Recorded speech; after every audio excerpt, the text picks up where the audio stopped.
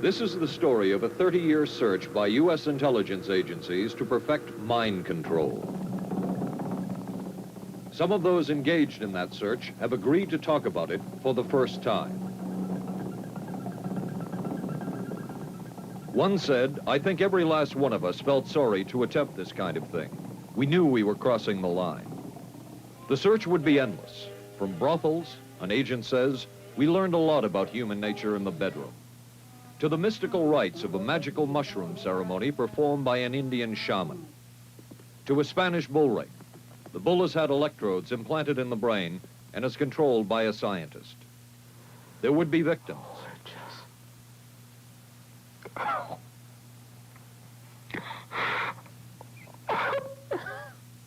One intelligence agency tried to peel this man's mind back to reveal its deepest secrets.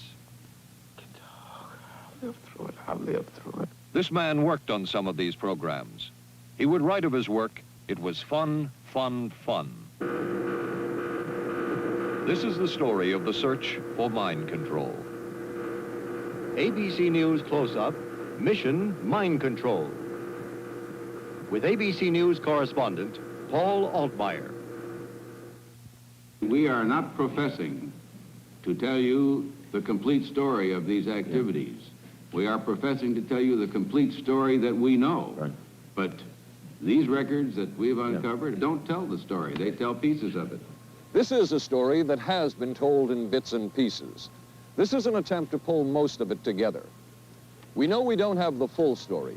We do, however, have some striking new revelations and insights. The story begins here, just off the nation's front yard, the Mall. The buildings behind me were the headquarters for the World War II Office of Strategic Services. It was here that the first halting steps toward mind control began. The shaper and molder of OSS was General Wild Bill Donovan. He said of his group's work, "We may have made mistakes, but we were not afraid to try things that were never done before." In this anything-goes atmosphere, Donovan appointed this man, Stanley Lovell, a Boston industrialist, to break new ground in many scientific and technical fields. Donovan called Lovell his Dr. Moriarty, after the fiendish professor in Sherlock Holmes. Lovell liked the name and posed for this Saturday Evening Post photo. He later wrote of his OSS job that it was, quote, "to stimulate the Peck's bad boy beneath the surface of every American scientist and to say to him, throw all of your normal law-abiding concepts out of the window. Here's a chance to raise merry hell." It was in this atmosphere that the search for mind control began. This bizarre man would be an active participant in that search over the next 2 decades. His name is George White, an OSS captain who had formerly been with the Bureau of Narcotics. In his diary, seen here publicly for the first time, White left a legacy of the darker side of American intelligence work. He received his early OSS training at the British-run school at Oshawa, Canada, the same school where Ian Fleming, the creator of James Bond, was trained. White referred to the school in his diaries as the Oshawa School of Mayhem and Murder. Mike Burke, former OSS colleague of White's and now president of Madison Square Garden Center. Very compelling fellow, mysterious fellow, almost mystical fellow. He was fascinating because you knew something about him, but not enough about him to really get a fix on him. He also knew a great deal about the swifter elements of society, the gamier side of life, and he was very impressive in his technical knowledge of the underworld, so to speak. He said, one of our men gets beat up. He says, you have to act real fast and teach these guys a lesson. Charles Siragusa, a former narcotics officer and friend of White's. He'll come around, he says, and break your kneecaps. And with that, one guy laughed, and George would always have a little Billy with him. And this one guy sort of snickered. George White turned around and whapped him across the neck with it. Then he picked up a pool stick and started beating everybody up. He made his point. And he made his point. George White was not a man of understatement or subtleties. His boss at OSS, Stanley Lovell, referred to him as deadly and dedicated. In this note from White's diaries, it says, call Lovell regarding TD. TD was a rather transparent cover for Truth Drug. George White worked with the Truth Drug Committee here at St. Elizabeth's Hospital in the nation's capital. They experimented with mescaline, scopolamine, and marijuana on unwitting victims. The committee soon learned there was no easy panacea, no truth drug at this stage. But White and later colleagues would not stop trying. The goal remained the same. As this 1952 CIA memo says, the aim is controlling an individual to the point where he will do our bidding against his will, and even against such fundamental laws of nature as self-preservation. But it was a discovery here in Basel, Switzerland, at Sandoz Laboratories by Dr. Albert Hoffman, that led the intelligence agencies of America to believe that they had found the panacea.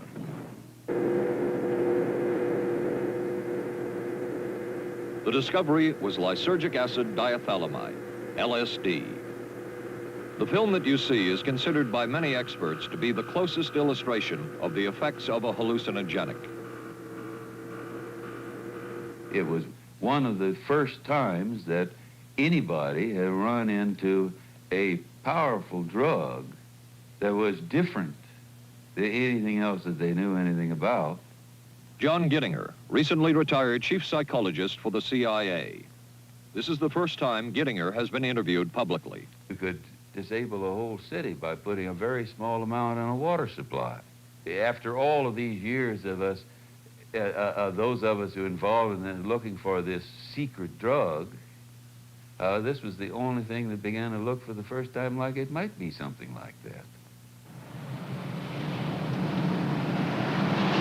The CIA's interest in LSD was intense. The worry was that the Russians would get hold of it. Were the Soviets into LSD? I'm going to have to say, I'm sure they were, but if you ask me to prove it, I've never seen any direct proof of it. But at one point, intelligence information received from Switzerland said that Sandoz Laboratories was about to put 100 million doses of LSD on the open market. And it caused enough concern within the agency that the United States was prepared to buy the entire supply. However, a slight mistake had been made. The mistake is made public for the first time. I just found out on a new CIA document that there were no such large quantities of LSD on the market. Joan Marks has filed numerous Freedom of Information suits against the CIA and has unearthed much new material. He is the author of The Search for the Manchurian Candidate, a history of intelligence agency work with mind control. He is a consultant for this report. What happened is that there was a military attaché in Switzerland, an American officer, who got milligrams and kilograms mixed up. In other words, he made a mistake of thinking 1/1000th of a gram was the same as 1,000 grams, which is a mistake of 1,000,000 times. So when the CIA got the intelligence that there were 100 million doses on the market, in fact, there were 100 doses. The man who would oversee the CIA's research into drugs and most of the agency's behavior programs is this man, Dr. Sidney Gottlieb, a chemist. Dr. Gottlieb declined ABC News' request for an interview. In their never-ending search for the miracle weapon, CIA operatives searched here in the remote mountain areas of southern Mexico for what up to then had been considered a myth, magic mushrooms. They used this man, a part-time chemist for the CIA, to dupe this man, a vice president of a bank and an amateur mycologist or mushroom expert, to try to get to the magic mushrooms and turn them into a drug. But it would be the amateur, R. Gordon Wasson and his colleagues, who would win the race and develop the drug psilocybin from the magic mushrooms. We went into the Mazatec area, far from the highways, remote from Mexico City. There we found that rotten bagasse, as it's called, bagasso, covered with mushrooms. These mushrooms I didn't know, had never seen. They were the sacred mushrooms. Wasson would also discover and record the ancient mystical rites of the mushrooms from a local shaman or magical priestess, Maria Sabina. And we were seeing incredible sights. They would go slowly or they would go fast as I ordained. all your senses are rendered acute. We say that you see visions, you see hallucinations, but that doesn't begin to tell this story. The hallucinations are only part of it. You hear sounds, you smell things. The night was thrilling. Word of Wasson's discovery reached the CIA quickly. Dr. James Moore, a University of Delaware chemist, secretly served the CIA preparing deadly chemicals on short notice. Moore was instructed to get close to Wasson and accompany him on another trip to Mexico to get the magic mushrooms. Internal documents show the CIA felt a drug derived from the mushrooms could remain an agency secret. What in the world were they looking for with the magic mushrooms? I think the best answer to that is that they were looking for fundamental information on compounds that would be capable of causing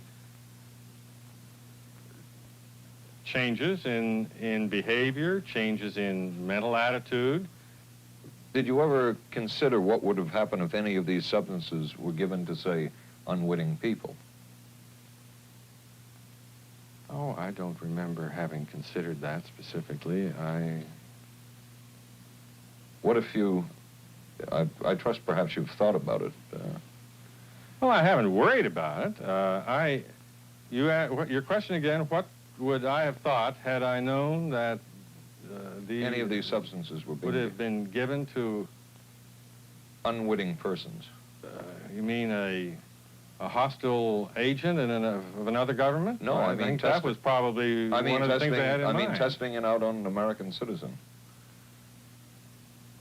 I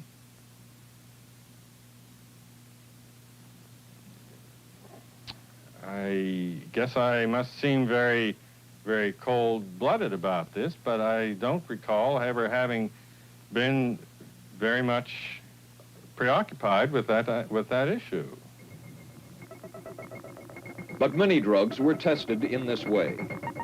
A decision was made at the highest levels of the CIA to do testing on unwitting Americans. As one CIA document says, such testing would be operationally realistic. A former CIA official who worked on these programs describes for the first time how the decision was made. He did not wish to be filmed or recorded. Thus his remarks are read by someone else. I think every last one of us felt sorry to attempt this kind of thing. We knew we were crossing the line. Every decent kid knows he shouldn't steal, but he does it sometimes. We knew damn well we didn't want anyone else to know what we were doing. The decision was made to do testing on unwitting victims. It was decided they should be on the fringes of society because they were most vulnerable. It was the borderline underworld, prostitutes, drug addicts, and other small-timers who would be powerless to seek any kind of revenge in case they found out. And as their predecessors had a decade earlier, the CIA turned to George White for help. White was now a high-ranking narcotics official, and by this time, the stories about George White were legendary. So the waiter says, "You may help you, monsieur?" And George White was busy talking with me.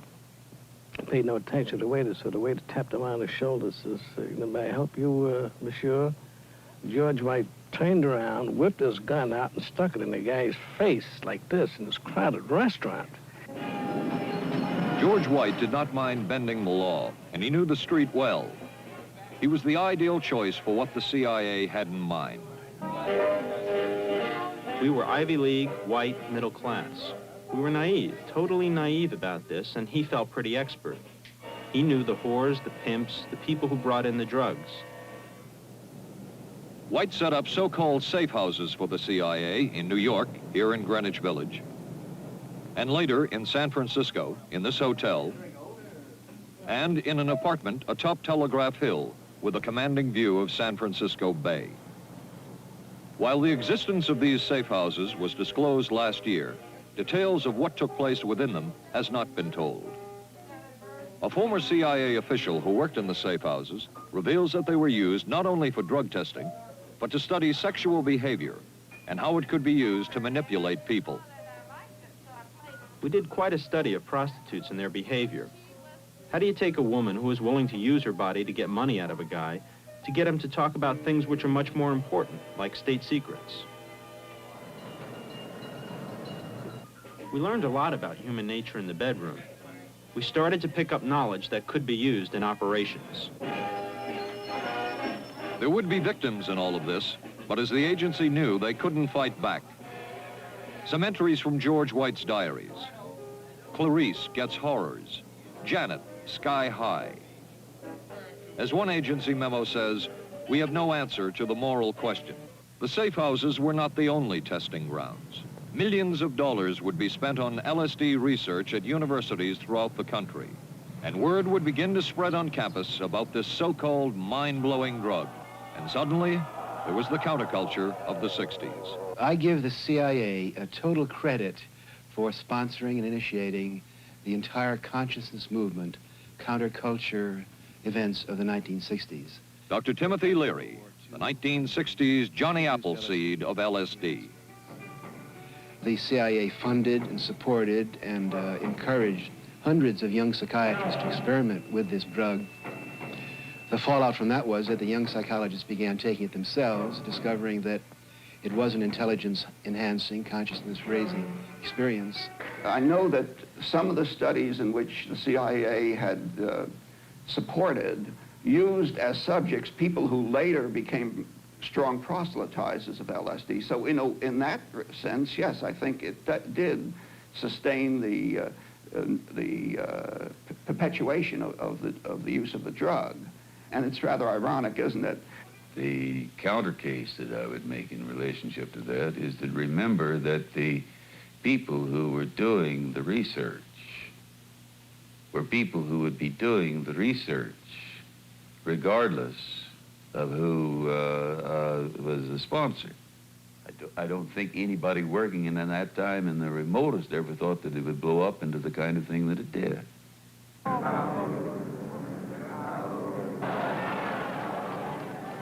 History will judge the role of the CIA and other intelligence agencies in unwittingly contributing to the counterculture of the 60s through their intense interest in LSD and other hallucinogenics. But for the moment at least, the argument can be made that the CIA helped usher in the age of Aquarius.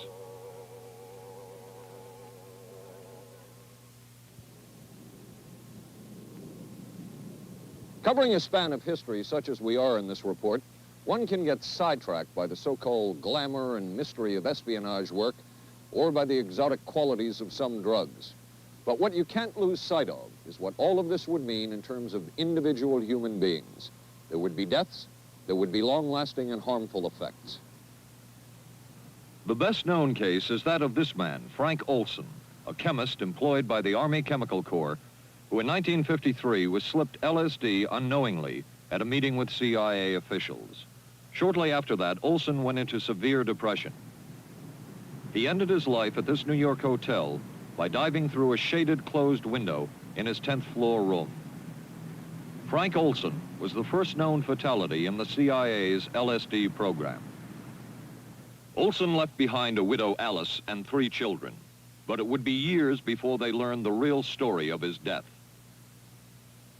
Shortly after his suicide, Alice Olson was visited by Dr. Sidney Gottlieb, the man who had administered the drug, and by Robert Lashbrook, his deputy, who was the last person with Frank Olson the night of his death.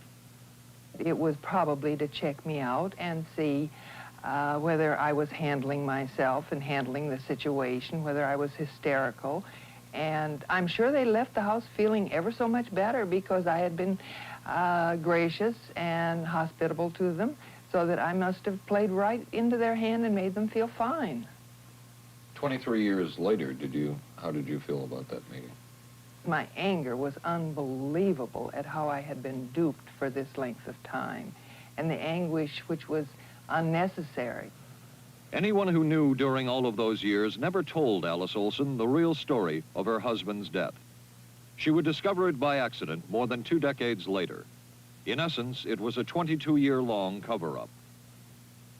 Lyman Kirkpatrick was Inspector General of the CIA at the time of Frank Olson's death. But had not the Olson case occurred within the secret confines of the CIA, Would not this case have been a prosecutable case? Perhaps Definitely, I would think, definitely prosecutable, and certainly from the point of view of of Mr. Olson, why it should probably have been actionable.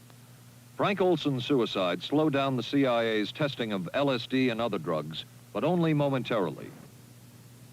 The CIA was not the only government agency interested in the possibilities LSD and other drugs presented for mind control. The Army Chemical Corps first started working with the CIA and then branched off on its own. It too tested drugs on unwitting victims, and a death would result. The case of this man, Harold Blower, a tennis pro, seen here with his daughter Elizabeth, is well known. In 1953, Blower was a private patient at the New York State Psychiatric Institute. He was given 5 injections of a mescaline derivative that was being tested secretly for the Army Chemical Corps. With the 5th injection, Harold Blower died. As with the Olson case, a 22-year cover-up followed, until finally the Army admitted the real details of Blower's death. Since the initial news stories of Harold Blower's death, close to 5,000 documents, previously classified, have been released by the Army and obtained by ABC News. They provide valuable insight into Army activities at the time of Blower's death and where the Army went from there with their own drug testing program. From a previously classified deposition of Dr. James Cattell, who administered the mescaline derivative, on the purpose of the drug testing, to produce symptoms similar to those that you see in schizophrenia, on how much the patient knew about all this. We didn't delineate all the possibilities of what might happen because then you contaminate your experiment. Cattell then relates that he never even knew what drug he had given Harold Blower because of the secrecy of the Army experiments. We didn't know whether it was dog piss. This was secret. This was a secret. We weren't in on it. We asked Blower's daughter Elizabeth for her reaction. What? How can anybody react to that? I mean, that is so far from what you'd expect from a human being, never mind a doctor, never mind a professional specialist who's supposed to care about people's minds. It's unbelievable. A suit filed by Elizabeth Barrett against the Army Chemical Corps is now pending in federal court. Other Army experiments continued on mental patients around the country. Work done at the Tulane Medical Center in New Orleans involved several drugs, hallucinogenics, and electrodes implanted in the brain. The chief researcher was Dr. Russell Monroe, now head of the psychiatry department at the University of Maryland. These are various progress reports written by Dr. Monroe and recently obtained by ABC News. From one of the progress reports, a report of a woman who had electrodes implanted in the brain and was then given LSD and other drugs. She became agitated, cried, lapsed into a trance-like state.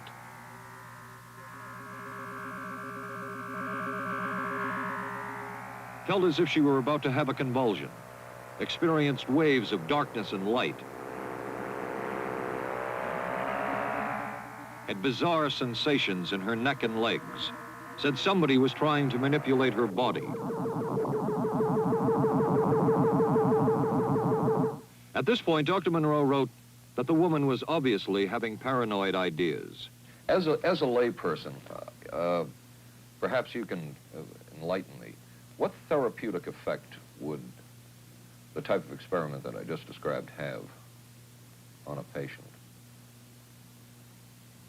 Well, the therapeutic effect would be indirect. Was this patient aware that she was being given LSD? Yes, I mean, they were told that they would be given some medication, and they should have... Specifically LSD? Well, we told them, I don't think that they would have even known what LSD was then at the time.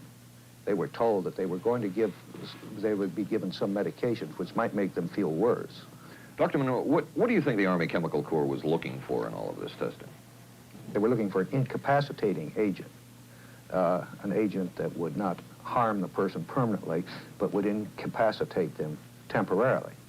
That seemed like a humanistic way to wage a war, if war is necessary. When James Thornwell was given LSD by Army intelligence in 1961, this time it was no experiment. This time, the express purpose was to peel back Thornwell's brain to bear any secret within it. This time, the Army had gone operational. Thornwell, as reported on ABC last January, was an Army private stationed in Orléans, France. Classified documents were missing from his unit. Thornwell became a suspect. His 2.5-month interrogation included administration of sodium pentothal, hypnosis, isolation, and deprivation of sleep. Army documents obtained by ABC News refer to this interrogation as conventional. Despite this severe questioning, Army intelligence was getting nowhere with Thornwell, and it was decided to slip him LSD. For 16 years, Thornwell never knew what had hit him. Tell me about the acid. I'd rather not. It's a bad trip. It's a bad trip. That was a bad trip. The pain was so excruciating, felt like somebody was sticking me with 1,000,000 pins. You know, just everywhere. Oh, it just...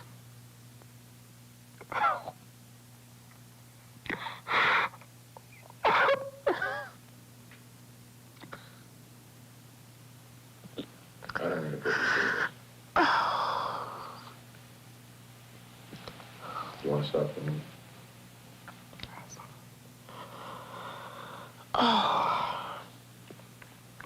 I walked around. You want to stop? Oh, I can talk. I lived through it. I lived through it.